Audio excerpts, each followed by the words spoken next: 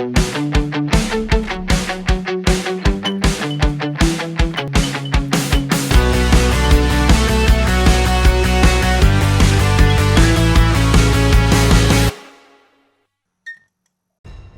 Tenno, this is Mako, and we're going to go over Octavia, the music-based Warframe.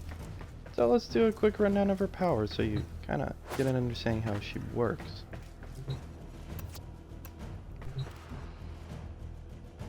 These are level 135s, by the way.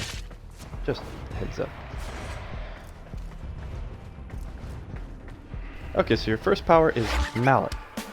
When you cast Mallet, enemies will be drawn toward it and will attack it. The damage they deal is then reflected back with a little bit of an extra damage bonus.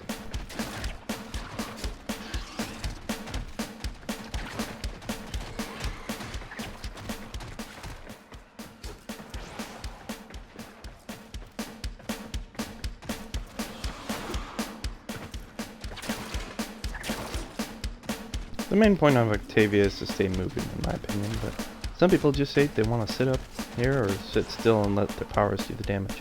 I personally can't sit still, so I try to stay active.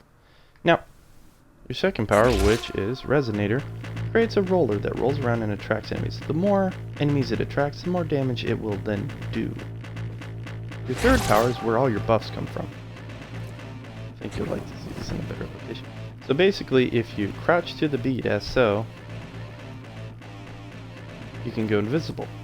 If you start shooting a weapon that's, say, a full auto type, you'll notice this number starts amping up pretty quickly. That's multi-shot buff. If you do melee attacks with it toward the beat, you get a melee damage buff. It's all about buffs. I mean, and invisibility, let's not lie. Visibility is nice. Sorry, Loki. Octavia and Ivara definitely have his number. Now your fourth power is Amp. Amp is based on the amount of sound going within an area. So if you make beats and such like that, it will amp up the damage. It also, I believe, amps up your other allies' powers and strengths. I'm not sure though. Now, the main factor of amp is when you throw a mallet out, it amps up the range as well. If you throw a mallet and a resonator out, resonator will then roll over your mallet, pick it up, and run around and just spread that damage everywhere. So really, the main facet is to keep all your powers kind of active, to keep, you know, rolling around, doing damage. Gosh, I just cannot do well with this beat. I like the song a lot, but it just doesn't synchronize with how I play.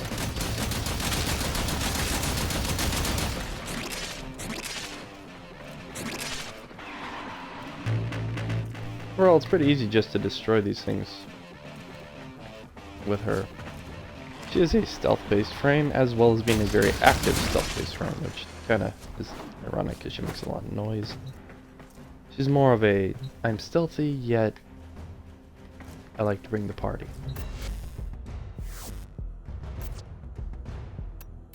Now I call mine the Nightingale build.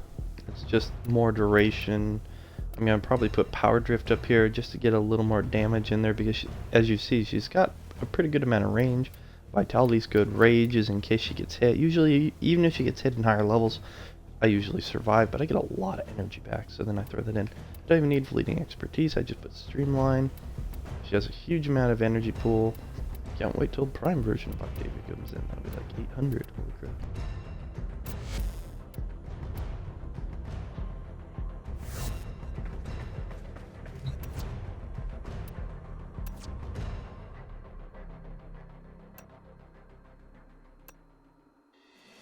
I'm just setting this up for the next time. Now, as you saw, I'm not very good with this, but I will now bring you to the Mendicord. The Mendicord shows, you know, your kind of beat system. It also allows you to scale up your first power, which is Mallet, all the way down to Resonator, to Metronome. Metronome is your third power. So these are the beats of each of your power types.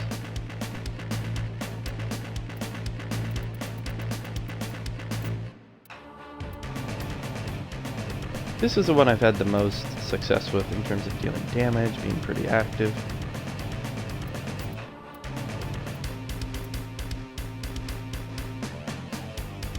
Yes, I have some funny ones.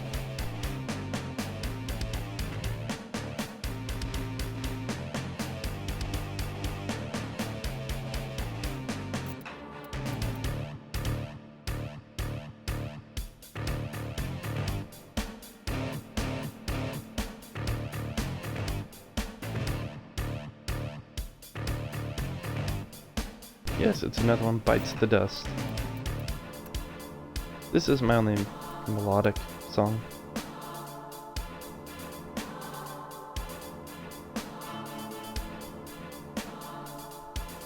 I enjoy it.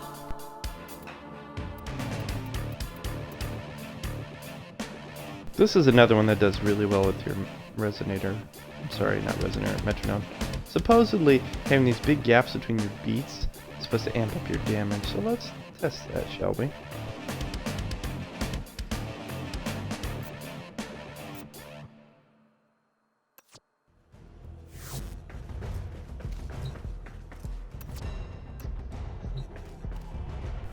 Hello, random person.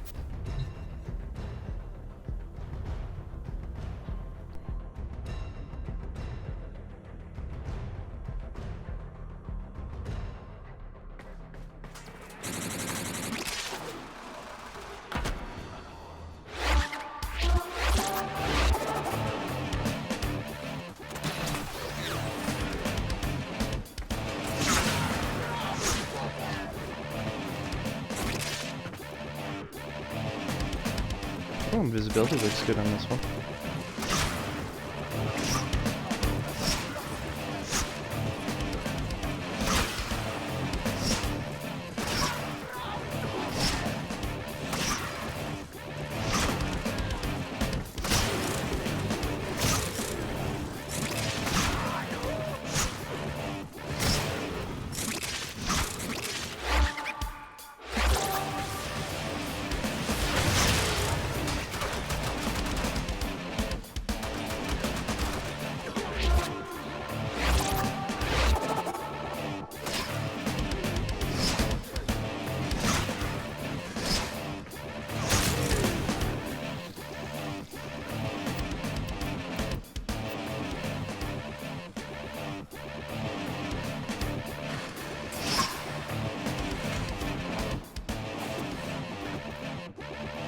Overall, she's really strong.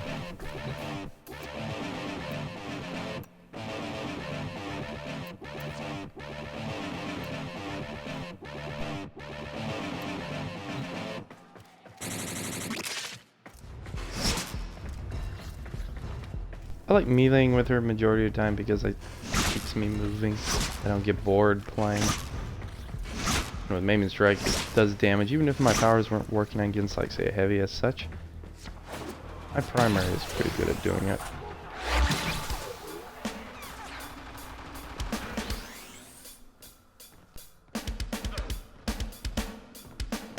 Now, as you can see, the damage goes down the longer it's not getting damaged.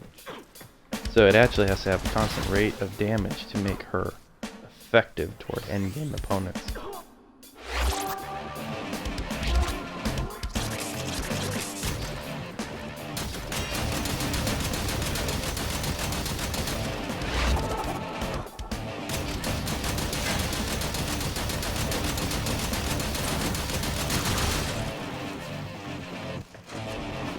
Now, see, against one like that, I don't need to be invisible. When there's a lot, you want to do this crouch bang thing.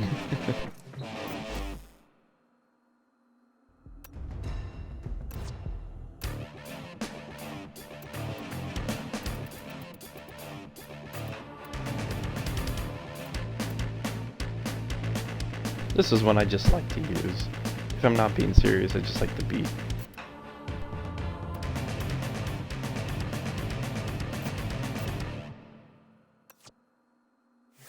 Overall, this flower one is the first one I did, and it's been pretty effective, I would say.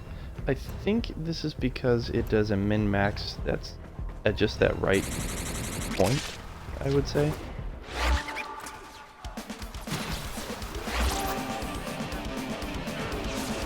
It's also easy to get into invisibility with.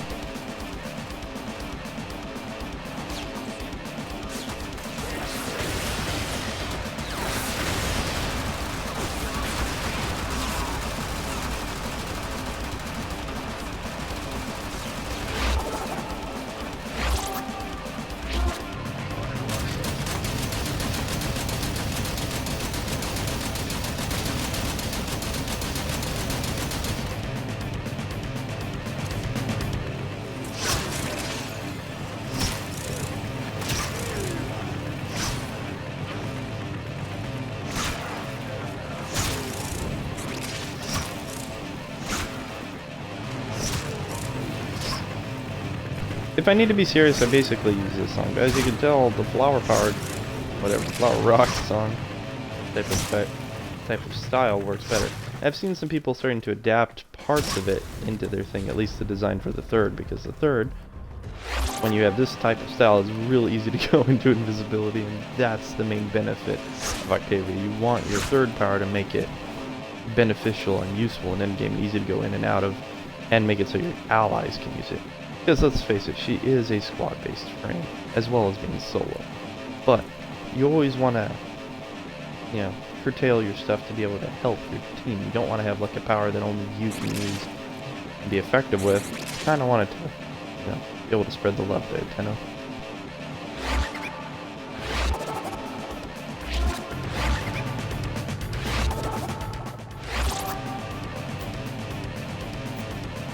So, thanks for watching, and I hope this Octavia video has helped, Tenno.